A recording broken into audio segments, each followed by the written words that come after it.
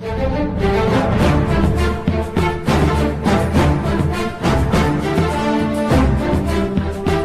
les gars, j'espère que vous pétez la forme. Bon, dans ma vidéo Luffy plus fort que les amiraux, j'ai vu un commentaire qui revenait souvent dans cette vidéo, et c'est les Yonkos sont plus forts que les amiraux. Et moi je vais vous démontrer que les Yonkos sont au même niveau que les amiraux. Bon, avant de commencer cette vidéo, je te demanderai de laisser un like si la vidéo t'a plu, et de partager cette vidéo, c'est très important pour la chaîne. Allez, let's go.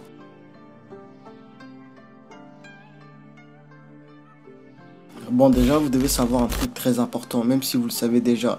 Les amiraux font partie d'une organisation qui doit être similaire aux Yonko en termes de puissance. Mais depuis la guerre de Marineford, beaucoup de personnes ont remis en question la force des amiraux. Parce que déjà, Marco a tenu tête face aux trois amiraux, alors que c'est le second à Yonko. Et deuxièmement, j'ai vu un commentaire qui disait que Barbe Blanche était faible à cause de son âge et que même avec ça, il a réussi à tenir tête aux trois amiraux. Bon, déjà, je pense que l'âge ne vaut absolument rien dans One Piece, vu que Oda a lui-même dit qu'il aimait rendre les personnages âgés très puissants. Et deuxièmement, si Barbe Blanche n'était pas à son maximum, c'est parce que c'était à cause de sa maladie. Parce que si l'âge rendait les personnages moins puissants, des personnages comme Monkey D. Garp, Riley ou bien même Sengoku n'allaient pas être aussi craints. Bon, revenons un petit peu à la guerre de Marineford. Le seul truc que je te dirais sur cette guerre, c'est que c'était plus un combat entre la marine et la flotte de Barbe Blanche que plutôt un combat en singulier pour chaque personnage. Je sais que vous n'arrivez pas à me cerner, mais je vais vous expliquer cela en détail. Premièrement, il n'y avait pas de combat fixe. Par exemple, Marco s'est battu avec les trois amiraux en même temps. Josu s'est battu avec les amiraux aussi. C'est pas comme si les amiraux ont fait un combat 1 versus 1 contre un personnage. Non, ils se sont tous battus en même temps.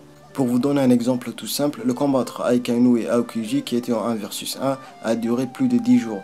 Et ça nous montre que quand deux personnages puissants s'affrontent, leur combat va durer très longtemps. Alors qu'à Marineford, c'était plus des combats très rapides, vu que le but n'était pas de battre les amiraux, mais plutôt de sauver Ace ou bien d'exécuter Ace.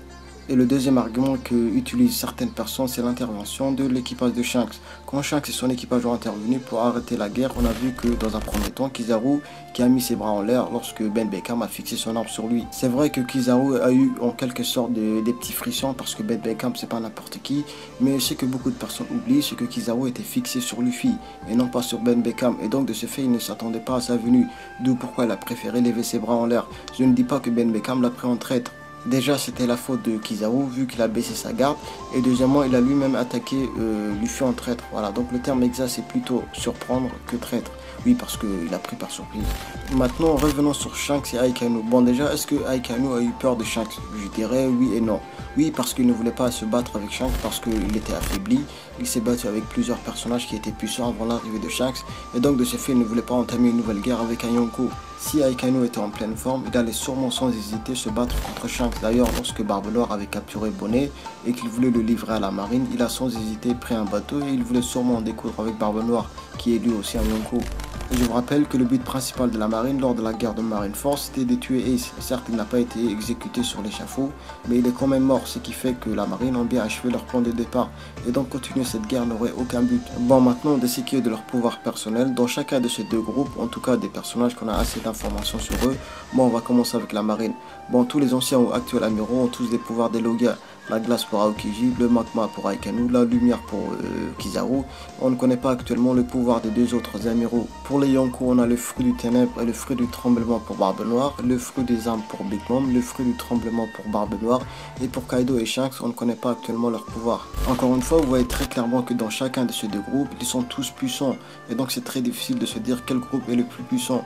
On ne les a pas vus se battre à pleine puissance, donc on se doit d'attendre plus longtemps pour savoir qui sont les plus puissants. Bref les Nakamas, c'est la fin de cette vidéo, j'espère qu'elle vous a plu. Je sais que ces derniers temps j'étais pas trop actif, mais voilà, je suis de retour et je vous dis tout de suite, les vidéos vont pleuvoir. Sur ce les Nakamas, on se dit à la prochaine, laisse pouce bleu.